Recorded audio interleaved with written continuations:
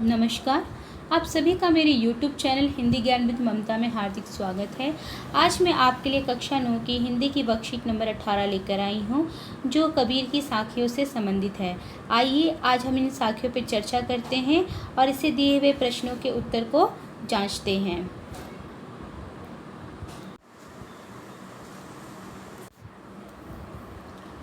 हस्ती चढ़िए ज्ञान को सहज दुलीचा डारी, स्वान रूप संसार है भूकन के झक मारी, पाखा पखी के कारणे सब जग रहा भुलान, निरपक होई के हरि भजे सोई संत सुजान।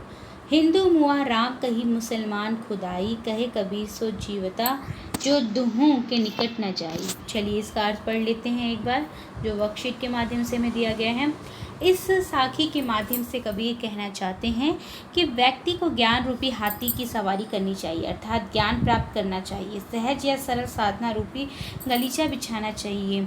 संसार की तुलना स्वान अर्थात कुत्तों से की गई है, जो आपके ऊपर भोंकते रहेंगे, जिसे अनदेखा कर चलते रहना चाहिए। एक दिन वे स्वयं ही झक मारकर अर्थात अपना समय बर्बाद कर चुपचाप हो जाएंगे।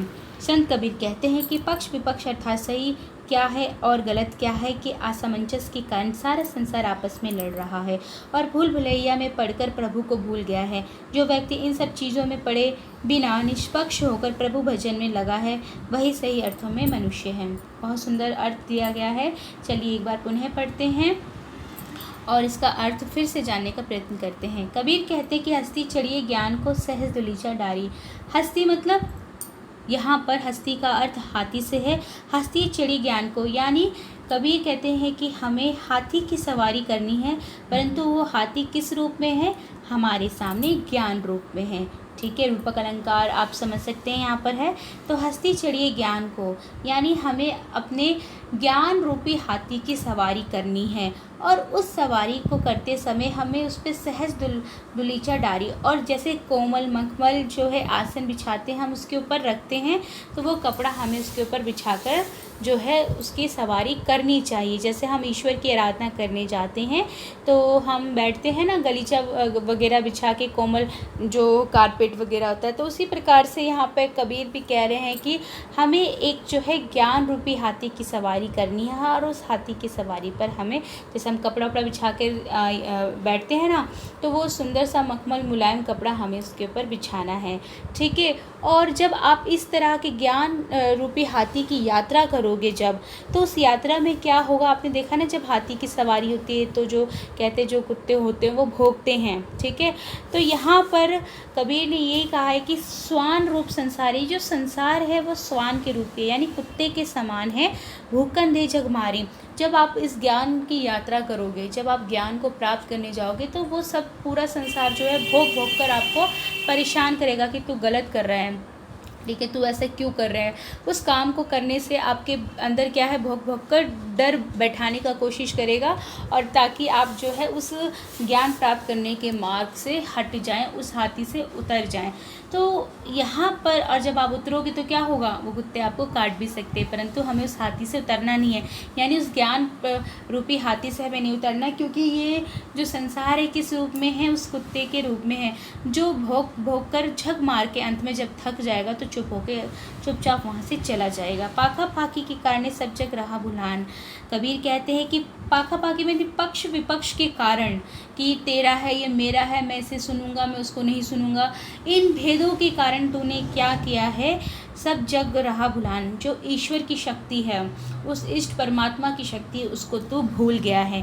तुझे अच्छा क्या है बुरा क्या है इसका कोई भी भेद पता नहीं चल पा रहा है। निरपक होई के हरि भजे सोई संत सुजान। कबीर कहते हैं कि जो निष्पक्ष भाव से ईश्वर की आराधना करते हैं, बिना किसी भेदभाव की आराधना करते हैं, वही जो जन है, वही जो सुजन है, वही क्या बन जाते हैं, संत बन जाते हैं। आगे बढ़ते हैं। हिंदू मुआ राम कही मुसलमान खुदाई। कबीर कहते हैं कि जो हिंदू है वो क्या बोलता है, राम राम, और जो मुसलमान है वो खुदा खुदा कहता है। कहे कबीर सो जीवता जो दो दूहों के निकट न जाई। जो इस तरह का रूप अपनाते हैं, मैं राम हूँ, मैं राम को पूछता हूँ, मैं रहीम को पूछता हूँ, मैं खुदा को मानता हूँ, तो इस तरह का जो भेद करने वाले जो लोग हैं, कबीर कहते हैं इनसे हमें दोनों के दूहों मतलब दोनों के निकट नहीं जाना है। क्योंकि जब आप मुस्लिम और हिंदू के पक्ष विपक्ष में पड़ गए तो आप अपने इष्ट यानी अपने हरि को नहीं भज पाओगे और इस संसारिक मोह माया में आप फंसकर रह जाओगे। तो आपको क्या करना है, कबीर कहते हैं यदि आप अपने आप को संत बनाना चाहते हैं, हरि का नाम भजना चाहते हैं, हरि का गुणगान करना चाहते हैं, तो ये राम रहीम के चक्कर से आपको बचना है। मतलब क्या है, जैसे हिंदू राम राम और मुसलमान कहता है कि खुदा खुदा जपो, तो उसके चक्कर से हमें बचना है। तो उम्मीद करती हूँ कि भाव आपको समझ में आ गया होगा। चलिए यहाँ पे अपरिचित शब्द है, अपरिचित शब्दों पे नज़र डालते हैं। हस्ती मतलब हाथी, स्वान मतलब कुत्ता, दुलीचा मतलब बैठने के लिए छोटा कपड़ा, कालीन, भूकन मतलब भोंकना, जग मतलब मछली, पाका पाकी मतलब पक्ष विपक्ष, कारणे यानी कारण, सुजान मतलब होशियार चतुर। ये अर्थ आप जानते भी होंगे बच्चे। आगे बढ़ते हैं, प्रश्नों पर ध्यान देते हैं कि हस्ती चढ़े ज्ञान को से क्या तात्पर्य है। घोड़े की सवारी ज्ञान प्राप्त करना, हाथ चढ़ाना हाथी की सवारी यानी ज्ञान प्राप्त करना। ठीक है, इसका अर्थ ये जाएगा। सहज दुलीचा किसका प्रतीक है, किसी जानवर का, किसी जगह का, ईश्वर का। और फोर्थ का ऑप्शन है सरलता और सहजता का।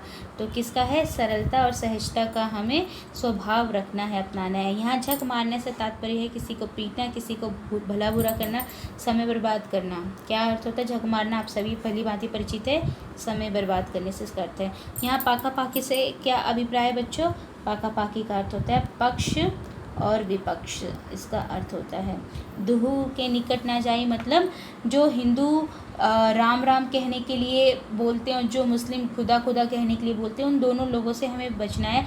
क्योंकि वो दोनों लोग अपने बाह्य आडंबर में, ठीक है, इस आडंबर में हमें फंसा देंगे। और जो सहज पूजा अर्चना है, जो सहज तरीके से हम ईश्वर को प्राप्त कर सकते हैं, उसके मार्ग से हमें भटका सकते हैं। इस प्रकार से आप इस उत्तर को यहाँ पर लिख सकते हैं। तो उम्मीद करती हूँ कि आपको वर्कशीट समझ में आ गई होगी। यहाँ पर एक गतिविधि है, इस पर ध्यान देते हैं। झक मारने का अर्थ बताते हुए अपने वाक्य में प्रयोग कीजिए और इससे जुड़े कोई 5 अन्य मुहावरों का भी प्रयोग आपको करना है। तो झक मारने का अर्थ आपको दे रखा है, समय बर्बाद करना।